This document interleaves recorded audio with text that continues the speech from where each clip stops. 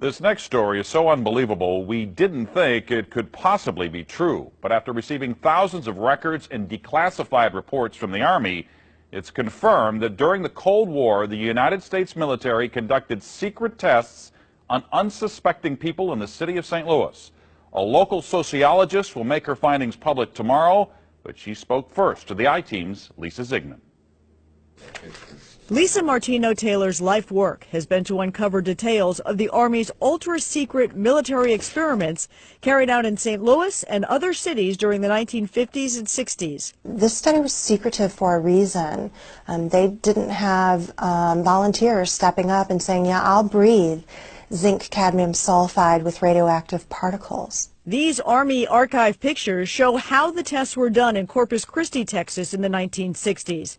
In Texas, planes were used to drop the chemical, but in St. Louis, the Army placed chemical sprayers on buildings and station wagons.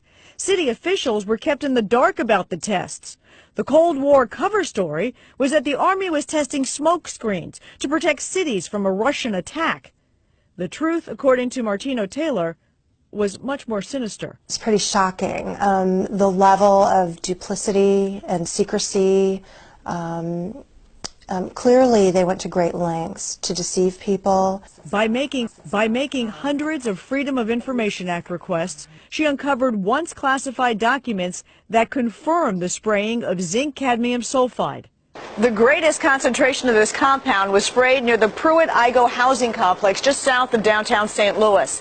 It was home to 10,000 low-income people, and an estimated 70% were under the age of 12.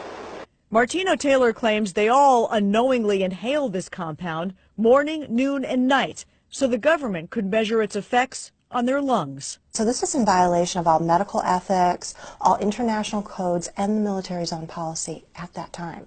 In 1994, then Congressman Richard Gephardt asked the Army to open its records and explain the St. Louis testing. We want to make very sure that nothing went on that would harm anyone and that all the facts are out on the table. Documents released in the 90s show the Army placed sprayers on this former Knights of Columbus building on Lindell and in Forest Park. The Army always insisted the chemical compound was safe. Martino Taylor believes documents prove otherwise.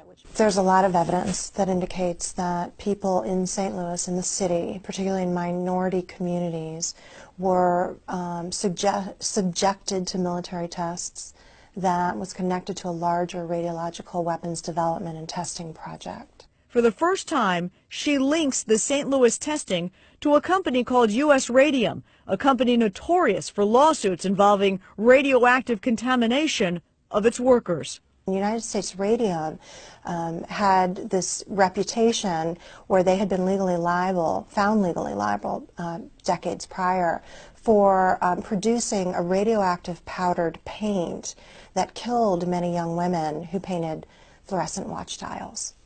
While the Army admits it added a fluorescent substance to the zinc cadmium compound, details of whether it was radioactive remain secret.